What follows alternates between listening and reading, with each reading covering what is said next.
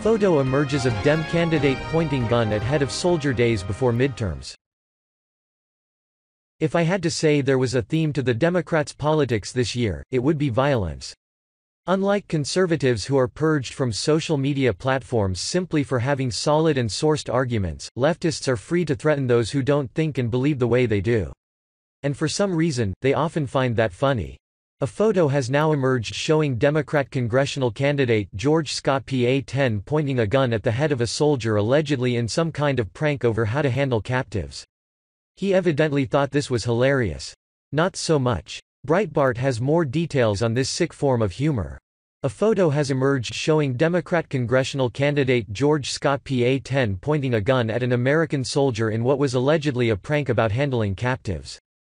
According to Penn Live, Scott indicated that pointing the gun at the soldier's head was to produce what was intended as a comic image.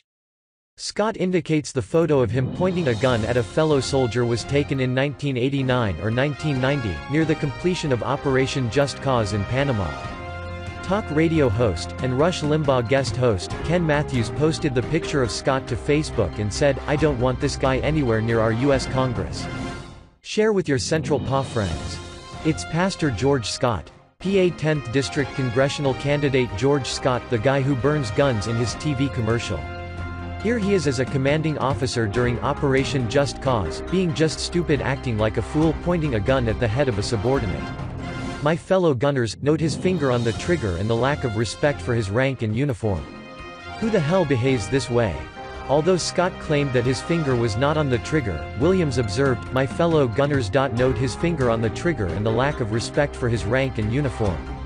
Scott is trying to unseat Representative Scott Perry RPA 10.